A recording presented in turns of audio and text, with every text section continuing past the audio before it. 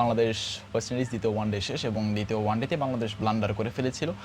আমি আমার কালের কণ্ঠের যে প্রি ম্যাচ একটা শো ছিল, সেই শোতে আমি বলেছিলাম যে শারফিন রাদারফোর্ডকে যদি বাংলাদেশ আউট না করতে পারে তাহলে বাংলাদেশের জন্য বিপজ্জনক হয়ে উঠবে। অ্যান্ড জিনিসটা ট্রু, আসলে বাংলাদেশের জন্য আসলে বিপজ্জনক হয়ে উঠেছে। সেই শারফিন রাদারফোর্ডই কিন্তু দিন শেষে বাংলাদেশকে আসলে ম্যাচটা হারিয়েছে। যদি 1 বলে 3 রান লাগতো তখন সাইফ হাসানকে বোলিং দেওয়া হয় এবং সাইফ হাসান পুরোটা ওভার ভালো বোলিং করলেও লাস্টে যে ক্যাচটা ওঠে সেই ক্যাচটা আসলে সোহান মিস করে। এই জায়গাটাতে আসলে বাংলাদেশ ম্যাচটা হেরে যায়।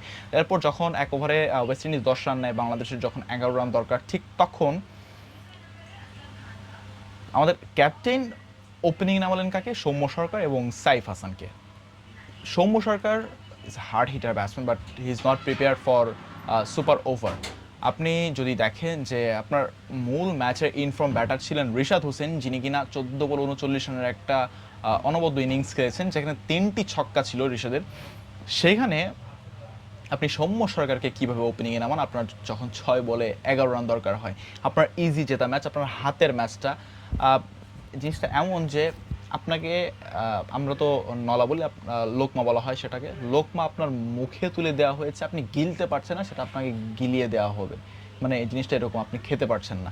সো লোকমা দেওয়া হয়েছে, লোকমাটা আপনি গিলবেন, ওই মোমেন্টে আপনি বমি করে ফেলে দিলেন। জিনিসটা এরকম বোঝাচ্ছে। সো অ্যাজ আ পুর ক্যাপ্টেন্সি আপনি লেফট রাইট কম্বিনেশন করতে করতে আপনি যখন মুস্তাফিজকে আপনি ওভার আনবেন না, যখন আপনি নিজে এসে পাকামো করে আপনি ওভার করতে আসবেন, তখন আপনি রান খাবেন। যখন আপনার দলের রানটা চেক দরকার ছিল, তখন মুস্তাফিজ দরকার ছিল আসলে এইরকম পিচে।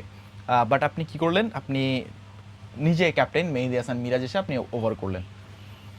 অনেকেই বলে যে মিরপুরের এমন পিচে 250+ রান আশা করাটা বোকামি। ভাই, আজকে রিশাদ হোসেন যে ব্যাটিংটা করেছেন, একটা কথা আপনাদের মুখের উপরে মুতে দিয়েছে।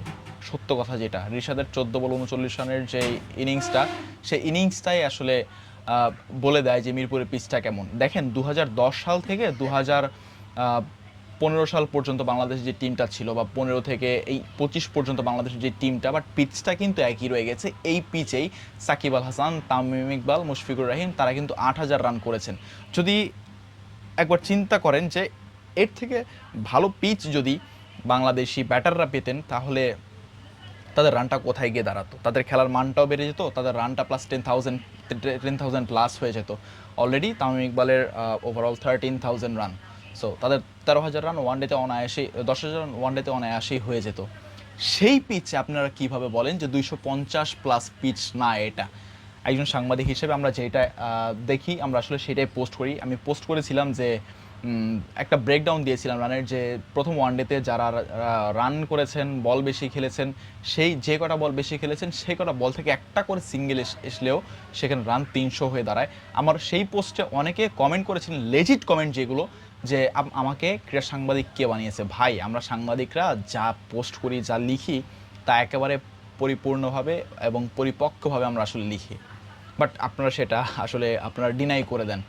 সো রিশাদ হোসেন আজকে যেটা করেছেন সেটা কিন্তু তিনি সুপার ওভারে করতে পারতেন, বাট আপনি কি করলেন? সৌম্য এবং সাইফে ভরসা রাখলেন। সাইফ ঠিক আছে, সাইফ 2 বল খেলেছে, but Soumya is not perfect for super over. আপনার ক্যাপ্টেন্সিতে আরও পরিপক্ক হওয়া উচিত, আপনার শেখা উচিত আপনার সিনিয়ররা কীভাবে ক্যাপ্টেন্সি করেছেন, লাইক মাহমুদুল্লাহ রিয়াদ, মুশফিকুর রহিম, মাশরাফি বিন মুর্তজা, তামিম ইকবাল, সাকিব আল হাসান, তারা কীভাবে ক্যাপ্টেন্সি করেছেন। আপনার সেইভাবে ক্যাপ্টেন্সিটা করা উচিত ছিল, বাট আপনার অপরিপক্ক ক্যাপ্টেন্সির কারণে বাংলাদেশ আজকে ম্যাচটা হেরে গেল এবং ওয়েস্ট ইন্ডিজ সিরিজটা একেবারে লেভেলে নিয়ে আসলো, একেবারে ব্যালেন্সড।